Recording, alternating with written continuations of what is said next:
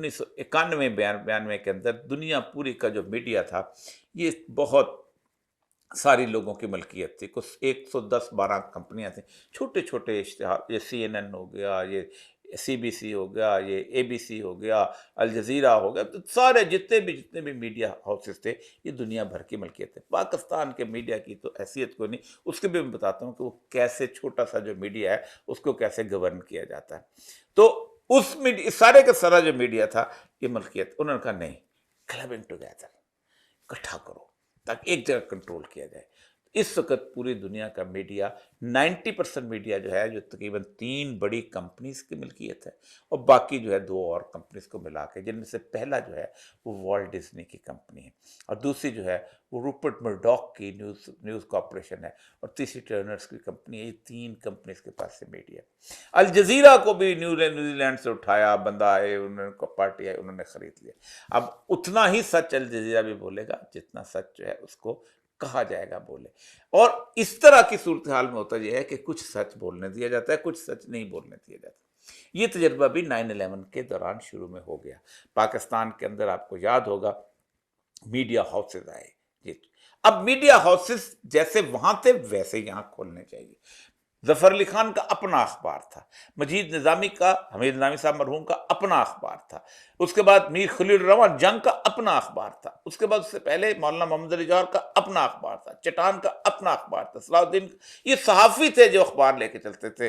حسین نقی صاحب کا اپنا پنجاب پنچ تھا، مظہر علی خان صاحب کا اپنا اخبار تھا ویو پوائنٹ، اس طرح محمود شام صاحب کا، اس سب کے اپنے اپنے اخبار، شامی صاحب کا، الطاف حسین قریشی کا، یہ سب کسی کارپوریٹ کی ملکیت۔ انہوں نے کہا نہیں، گھی والا آئے گا، شکر والا آئے گا، اسکولوں کالجوں والا آئے گا، سارے آئیں گے، اور ان سارے جو ہیں جی ان کو لائسنس دیا گیا کہ تم کھولو۔ 2007 کی جنوری میں مجھے اچھی طرح یاد ہے کہ جب کالم نگاروں کو اس وقت صرف مجھے 1000 روپے فی کالم ملتا تھا، ایک اخبار والا آیا جس کی 120 کمپنیاں تھیں، اس نے کہا ٹھیک ہے میں آپ کو پیسے دیتا ہوں۔ ایک ایک شخص کو انہوں نے ایک ہونڈا سیوک گاڑی لے کے دی، اور 1,00,000 روپیہ مہینے کا وہ جو ہے وہ دے دیا گیا۔ وہ دن مجھے اچھی طرح یاد ہے جس دن یہ سارے کالم نگار چھوڑ کے اس کے اخبار میں گئے تھے، تو میں رائل پام کے ایک جگہ بیٹھا تھا دوپہر کے وقت، شامی صاحب اور ضیاء شاہد مرحوم تھے، تو بہت غصے میں وہ آ رہے تھے کہ یہ دیکھیں جی یہ ان کو ہم چھاپتے ہیں، اب یہ اپنے دام وصول کرتے ہیں۔ تو ضیاء شاہد صاحب نے ایک بڑی شاندار گفت کی تھی کہ ان کا ہم نے نام چھاپنا نہیں چاہیے تھا، ان کو بس کالم لے کے اس کے اوپر کوئی اس طرح کا فلانا صحرائی یا فلانا دشتی یا فلانا اپنا لاہوری اس کے تحت سے چھاپنا چاہیے تھا۔ بہرحال دنیا بدل چکی تھی، نہ ان کو اندازہ تھا کہ اب کیا ہو رہا ہے، نہ ہمیں اتنا اندازہ تھا۔ ہوا یہ کہ یہ سارے کے سارے لوگ جو تھے ان کو کہا گیا کہ تھوڑی سی آزادی دو، مجھے بھی بلاؤ، میرے مخالف کو بلاؤ، لیکن اگر کبھی مجھے بدنام کرنا ہو تو 4 اور لوگ ذرا سا لے آؤ ایسے جو فوراً دھونس تانسی سے مجھے بول لینے دو۔ آپ نے دیکھا ہوگا کہ اس زمانے میں چونکہ دین کو خراب کرنا تھا، بدنام کرنا تھا، تو ایک ایسے مولوی کو جو تماشا بنا ہوتا تھا اس کو لا کے بٹھا دیتے تھے، اور 4 لوگ جو سے انٹلیکچوئل قسم کی گفتگو کرتے تھے، اس بیچارے کو ذلیل و رسوا کیا جاتا تھا۔ مثلاً کاروکاری ہے، یہ سندھیوں کی رسم ہے، 3000 سال سے چلی آ رہی ہے، اس کا اسلام سے کوئی تعلق نہیں ہے، لیکن ایک مولوی کو لا کے بٹھاتے تھے۔ بتاؤ جی کیا ہوا؟ بھائی سندھی نیشنلسٹ کو بلاؤ نا، بٹھاؤ۔ یہ مثلا سوارا ہے، یہ پشتونوں کی صدیوں پرانی رسم ہے کہ اس میں رشتہ دیا جاتا ہے اس کے اندر بدلے کے اندر، یہ ان کی رسم ہے، اسلام کا کوئی تعلق نہیں، مولوی کو لا کے اٹھایا جاتا ہے۔ تو ایک خاص ٹیکنیک کے تحت پروپیگنڈا کیا جاتا تھا، اور اس کے لیے باقاعدہ فنڈنگ ہوتی تھی۔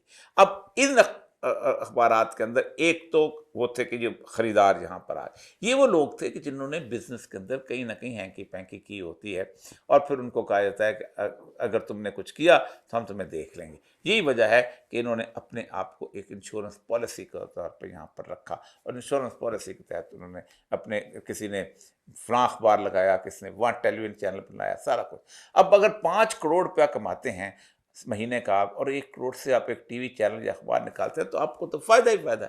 آپ نے تو گن مین رکھے ہوئے اپنے اس ارد گرد، جہاں آپ کو ریاست آپ پہ حملہ کر سکتے نہ کچھ۔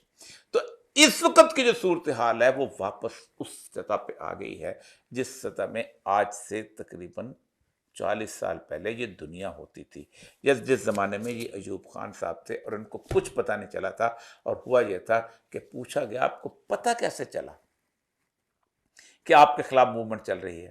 تو بڑی تکلیف دہ گفتگو ہے. کہتے ہیں میں اپنے بڑا سا گھر، جنہوں نے اسلام آباد میں گھر دیکھا ہے F6 والا، اس کے لان میں نے اپنے پوتے پوتوں کو دیکھا کہ ایک دوستوں کے ساتھ ایک ہاتھ میں فلیگ سا پکڑا ہوا تھا اور ایوب کتا ہائے ہائے، ایوب کتا ہائے ہائے کہہ رہے تھے. یہی وجہ ہے کہ کچھ عرصے کے بعد، کافی عرصے کے بعد، وہ کسی جب اپنے انتقال سے 1-2 سال پہلے کسی مارکیٹ میں ٹہل رہے تھے تو کسی نے پوچھا کہ آپ اب دوبارہ نہیں آنا چاہتے؟ تو انہوں نے کہا نہیں، اب ایوب کتا بہت بوڑھا ہو گیا ہے. یہ بوڑھا ہونے کا انتظار کرتے ہیں یہ لوگ، ان کو اندازہ ہی نہیں ہوتا کہ یہ کیا صورتحال.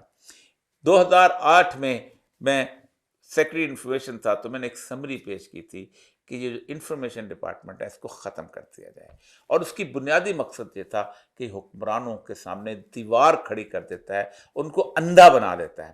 مجھے وہ فائلیں یاد ہیں بناتے ہوئے کہ اگر ایک بڑے اخبار مثلا جنگ میں ایک وزیر اعلیٰ کی خبر ایک کال میں لگی ہوئی ہے، لیکن چھوٹے والے نے جو اخبار جو ہے بہت چھوٹا سا اخبار، میں نام نہیں لینا چاہتا، اس نے اس کو بینر لگائی ہوئی ہے تو سب سے پہلے اس کو لگایا جائے گا، پھر اس سے ذرا چھوٹے والے، اور جنگ کی اخبار کی خبر جو ہے اتنی چھوٹی سی لگائی جائے گی، یا کسی ایکسپریس کی چھوٹی لگائی، ڈان کی چھوٹی لگائی جائے گی، اور وہ فائل دیکھتے ہی بڑا خود دل اس کا خوش ہو جائے گا کہ میں بہت. یہی چیز ہے کہ یہ چیزیں یہ دیکھ کے دل باغ باغ ہو جاتا ہے کہ میری تصویریں ہیں، میرے چاروں طرف چرچے ہیں.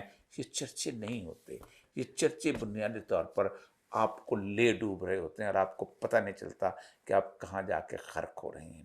لیکن اس کی تکلیف سے صورتحال یہ ہے کہ اس ملک کا اربوں روپیہ اور کروڑوں روپیہ جو ہے اس ملک کا ایکسچیکر جو ہے وہ اس کے اندر ڈوب جہا ہوتا ہے.